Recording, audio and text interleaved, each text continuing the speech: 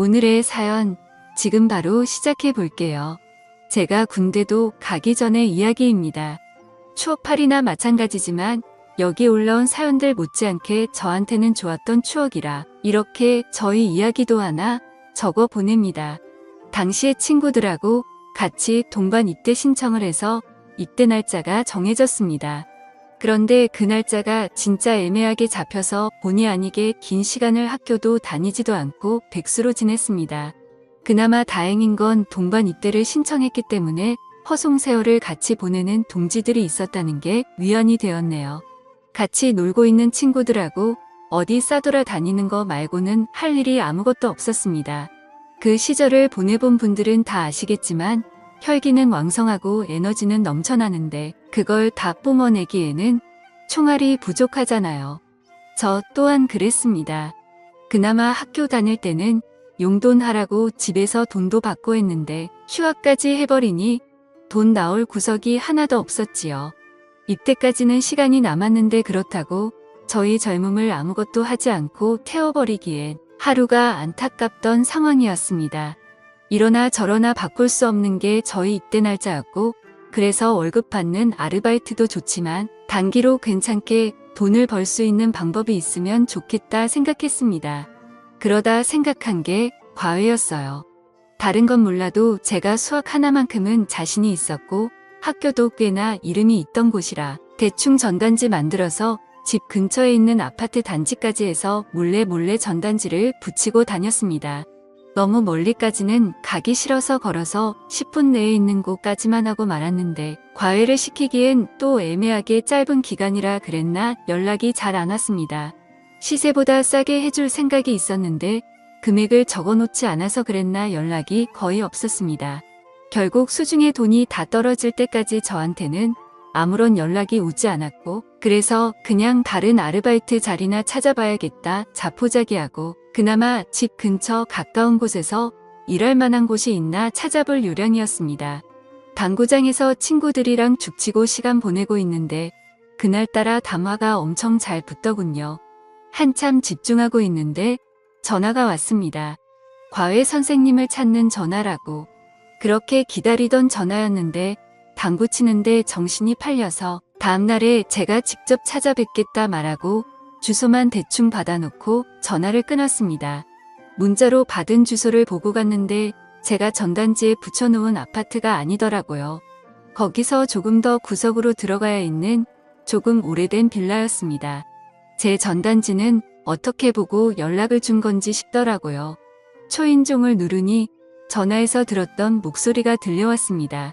목소리만 들었을 때는 몰랐는데 문을 열고 나온 여자를 보니 갑자기 제 온몸에 열이 확 오르고 얼굴이 뜨거워지는 게 느껴졌습니다.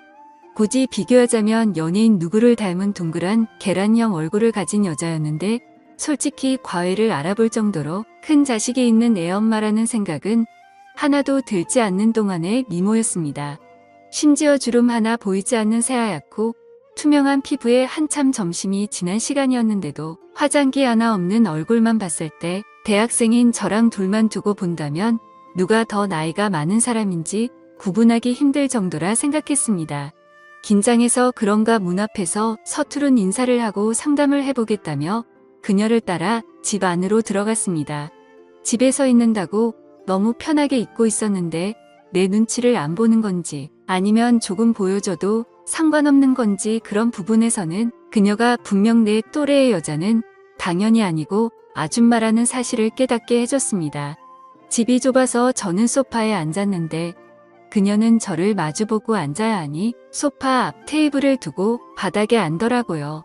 무릎으로 앉아서 허리를 꼿꼿하게 세우고 있는데 그래도 제 시야가 위에서 아래를 내려다볼 정도로 높이 차이가 있는 자세였으니 이거 상담을 하면서도 눈을 어디다 둬야 할지 정말 고역이었습니다. 그녀한테는 아들이 한 명 있었는데 예체능 게 지망이라 공부를 더럽게 안 한다. 뭐 이런 이야기를 했던 것만 기억이 나네요. 아직도 그녀가 위아래가 붙어있는 원피스를 입고 내 앞에 무릎 꿇고 앉아서 살짝 상기된 얼굴로 저를 쳐다보던 그 장면은 생생한데 그때 나눈 이야기가 무슨 정신에 나눈 이야기였는지 자세히 기억은 나지 않습니다. 아무튼 그렇게 저는 단기로 과외를 하게 되었습니다. 어쩌다 동네 아는 아줌마에 놀러 갔다가 제가 전단지 돌려놓은 걸 봤던 것 같더라고요. 당장 과외시키기에는 형편이 어려운 상황이었는데 기간도 짧고 하는 걸 보니까 제가 군입대 앞두고 돈 벌려는 것 같아서 연락을 준 거라고 하더군요. 제가 원한 것보다 거리가 조금 멀어지긴 했는데 여전히 걸어 다닐 만한 거리에 매일같이 그녀를 만날 생각을 하니 오히려 좋았습니다. 예체능계 지망의 공부를 더럽게 안 한다 그래서 걱정했는데 몇 번 가르쳐 보니 애가 생각보다 똑똑하더라고요. 알려주는 대로 족족 그대로 흡수를 하고 질문도 많고 말이죠. 그런데 제가 설명도 잘 못하고 버벅이는 걸 보니 이 친구가 제가 과외하기에는 조금 많이 모자라다는 걸 눈치를 챈 모양이었습니다. 그래서 조만간 잘리겠거니 싶어서 저도 에라 모르겠다 싶어서 가르쳐주는 건 대충 하고 그냥 수다나 떨고 하면서 놀기 시작했죠. 그러다 보니 조금 친해지게 되었습니다.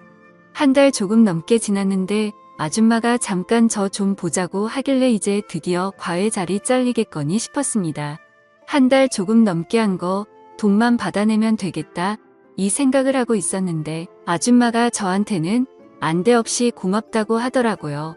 예상치도 못한 말에 무슨 말을 하는 건가 싶었는데 애가 남편이 세상을 떠나고 난 뒤로 많이 우울해 있었는데 요즘 제가 과외를 시작하고 나서 제 이야기도 많이 하고 잘 웃고 많이 밝아졌다고 하는 겁니다. 저는 당연히 남편분은 출근해서 집에 없는 거라고 생각했는데 사별했을 거라고는 생각도 못했어요. 아줌마는 아들이 저한테 말해줘서 그 사실을 이미 알고 있었을 거라 생각했던 것 같습니다. 좋은 게 좋은 거라고 저도 그냥 이미 알고 있던 척 연기를 시작했지요.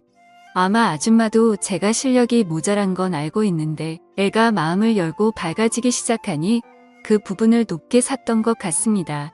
그 뒤로도 저는 너무 돈만 꿇고 할 생각하지 말고 좋은 과외 선생은 못 돼도 좋은 멘토는 되어야겠다. 뭐 이런 생각이었는데 수업만 한 게 아니고 같이 밖에 나가서 볼도 차고 PC방 가서 머리도 식히고 하면서 공부하는 시간 외에도 같이 시간을 보내기 시작했습니다. 그런데 아줌마가 하루는 저녁 식사 좀 하고 가라며 저를 붙잡더라고요.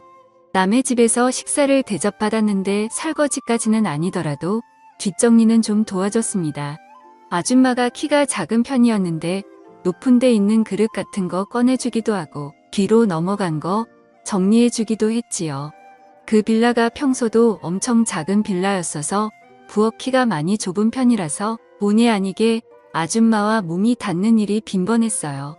처음에는 살짝 닿기만 해도 깜짝깜짝 놀랐는데 언젠가부터는 서로 즐기기 시작한 건지 일부러 대놓고 스치기 시작했습니다.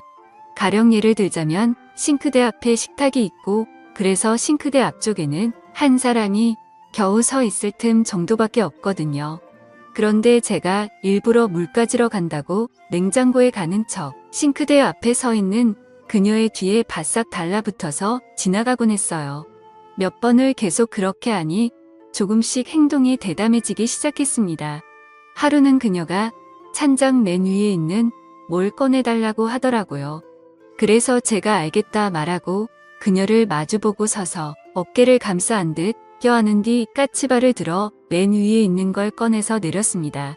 중심 잡기 위해 지탱하는 것처럼 꾸미긴 했지만 누가 봐도 제가 그녀를 껴안으려고 수작을 부린 것과 마찬가지였지요.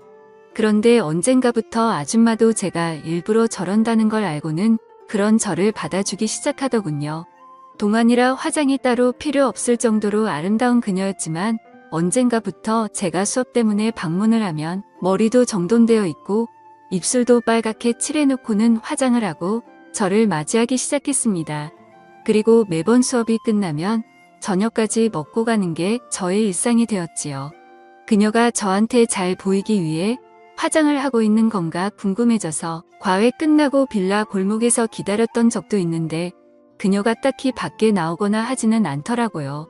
순전히 저 때문에 그러는 거라는 걸 딱 눈치채게 되었습니다. 그러던 어느 날이었는데 수련회 일정 때문에 수업이 따로 없던 상황이었습니다. 일부러 그런 건 아니고 그때 저도 입대 날짜가 하루하루 가까워지면서 정신이 없어서 까먹었던 거예요. 그날따라 집을 나섰는데 나온 지 5분도 안 돼서 비가 주룩주룩 내리더군요.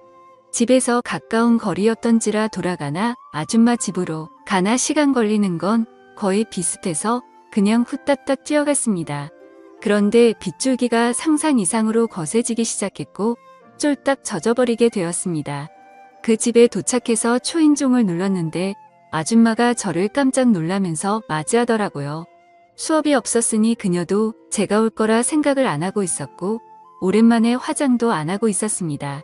화장한 모습도 예쁘지만 저에게 익숙한 건 자연스러운 그 모습이었기에 오히려 오랜만에 그런 그녀를 마주하니 더 설레기 시작했습니다. 수업이 없어서 그냥 돌아가도 되었지만 그녀는 비에 잔뜩 젖어버린 저를 보더니 들어오라고 하더라고요. 비라도 말리라고.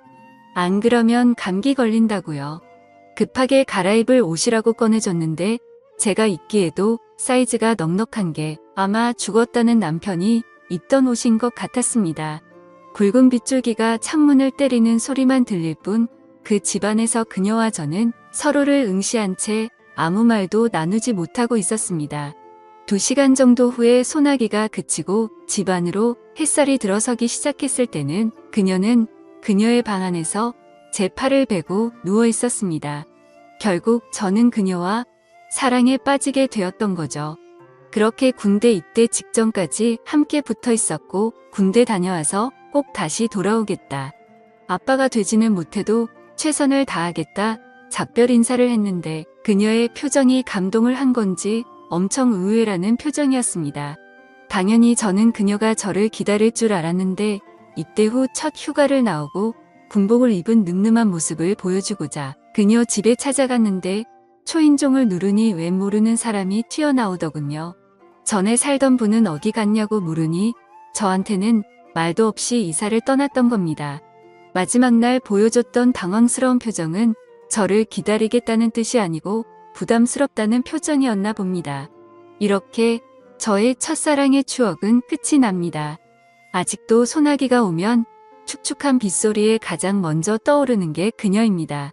아마 저도 오래된 기억이기에 그녀가 더 아름답게 제 머릿속에 자리 잡았을 수도 있다고 생각합니다만 아직도 그때의 향기, 그때의 분위기를 생각하면 제 인생에 2번은 없을 좋은 추억이라는 생각이 드네요. 오늘의 사연은 여기까지네요. 긴 사연 끝까지 들어주셔서 감사합니다. 구독과 좋아요 잊지 말아주세요.